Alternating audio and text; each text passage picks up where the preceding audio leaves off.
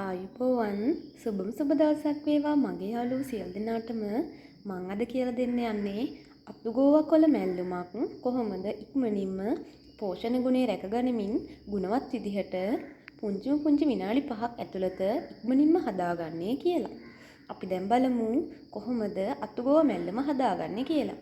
මුලින්ම ඔයාලා අතුගෝව ටික හොඳට සෝදලා හොඳ කොළ ටික විතරක් අරගෙන ඔයාලට කැමති විදිහට මෙන්න මේ වගේ අවශ්‍ය ප්‍රමාණයට සෝදලා කපා ගන්න.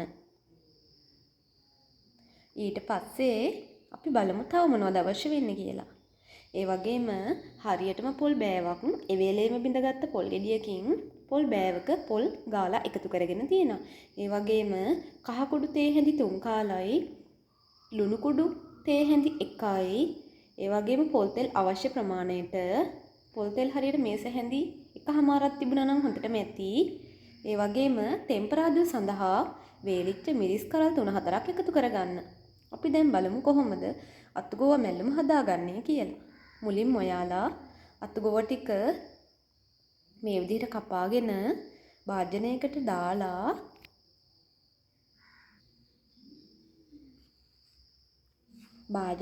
දාලා ඊට පස්සේ පොල් ටික එකතු කරන්න.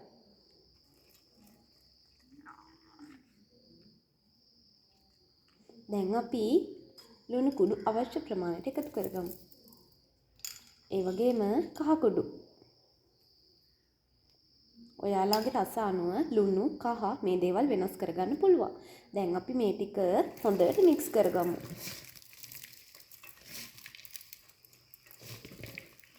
කහ මදි කියලා හිතෙනවා නම් ඔයගොල්ලන්ට පුළුවන් තව කහ ටිකක් එකතු කරගන්න.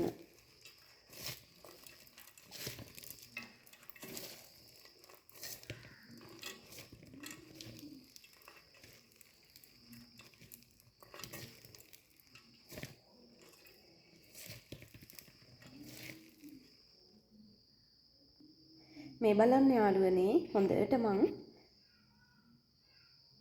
අතුගෝව ටික පොළුයි කහයි ලුණුයි එකතු කරලා හොඳට මික්ස් කරගත්තා. මෙන්න මේ වගේ ඔයාලත් හොඳට අනා ගන්න. දැන් අපි අතුගෝව මැල්ලුම තෙල් දාගමු. මුලින්ම ඔයගොල්ලෝ භාජනයක් ලිපේ තියලා ඒක රත් වෙනකොට පොල් තෙල් මේස හැඳි එකමාරක් වගේ එකතු කරගන්න. පොල් තෙල් ටික යාන්තමින් රත් වෙලා එනකොට වේලිච්ච මිරිස් කරල් 2-3ක් ඔයාලා කැමති ප්‍රමාණයට අරගෙන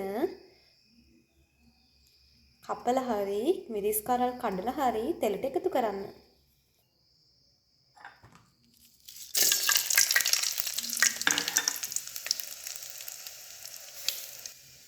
මිරිස් ටික යාන්තමින් බෙදලා එනකොට කළු වෙන්න නොදී ඉක්මනට අපි මික්ස් කරගත්ත ගෝව ටික එකතු කරගමු.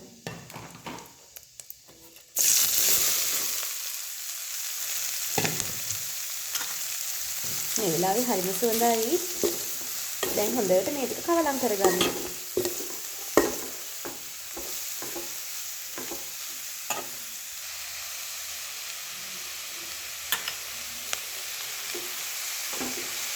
ලිපේ ගින්දර ගොඩාක් අඩු කරගන්න.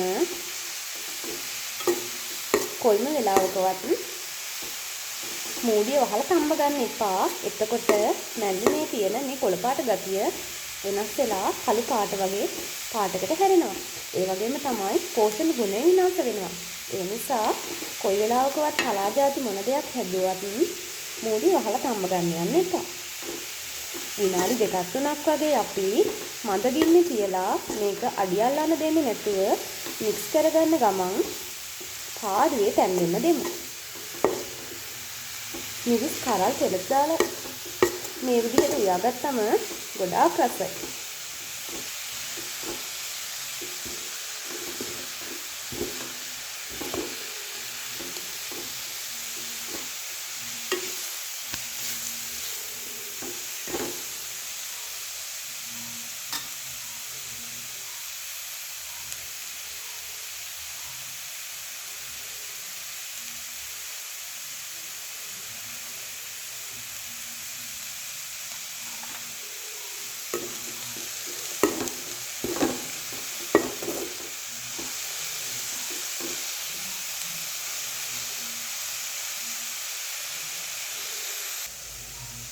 ඔයාලා මේ වෙලාවේදී ලුණු රසත් බලන්න අමතක කරන්න එපා. ලුණු මදි නම් ලුණු එකතු කරගන්න.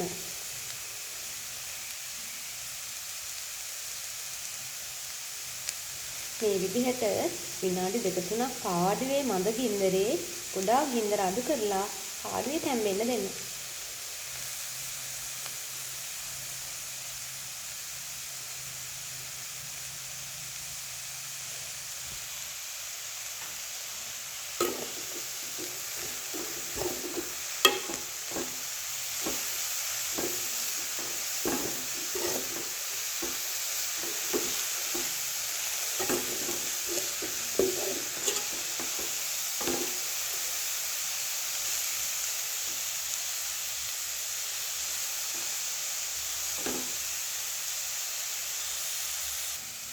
මේ බලන්න යාළුවනේ දැන් ගෝවා ටික අවශ්‍ය ප්‍රමාණයට තැම්බිලා තියෙන්නේ. ඔයාලා ඉක්මනින් ලිප් ඔෆ් කරගන්න. තව වැඩි වෙලා තම්බ ගන්න එපා. උපරිම විනාඩි 3ක් හොඳට මැදි. ඔන්න මම දැන් ලිප් ඔෆ් කරගන්නවා.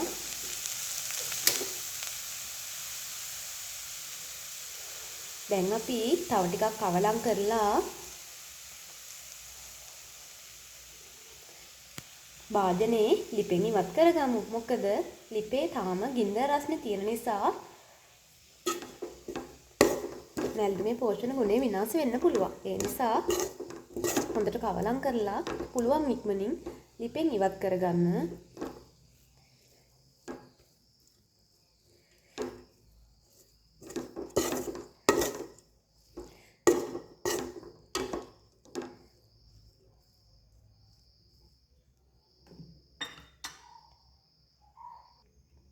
මගේ යාළුවොත් මං කිව්ව විදිහටම හදලා බලන්න. පොඩ්ඩක්වත් වරදින්නේ නැහැ. හරිම රසයි. ඒ වගේම හරිම ගුණයි. මේ වෙලාවේ හරිම සුවඳයි. අලුතෙන් එකතු වෙන මගේ ආදරණීය යාළුවන්ට මතක් කරන්න කැමතියි. තාමත් ඔයාලා මගේ channel එක subscribe කරලා නැත්නම් අදම subscribe කරන්න. ඒ වගේම තමයි ළඟම තියෙන bell icon එක click කරන්නත් අමතක කරන්න එපා. මගේ වීඩියෝ එක වැදගත් කියලා හිතෙනවා නම් තවත් කෙනෙකුට බලන්න ෂෙයා කරන්නත් අමතක කරන්න එපා. ඒ වගේම ලයික් කරන්නත් කමෙන්ට්ස් කරන්නත් අමතක කරන්න එපා. එහෙනම් මගේ යාළුවනේ නැවතත් අලුත් දවසකින් අලුත් වීඩියෝ එකකින් හමු වෙනතුරු මගේ යාළුවෝ සියලු දෙනාටම සුබම සුබ දවසක් වේවා. ගිහින් එන්නම්.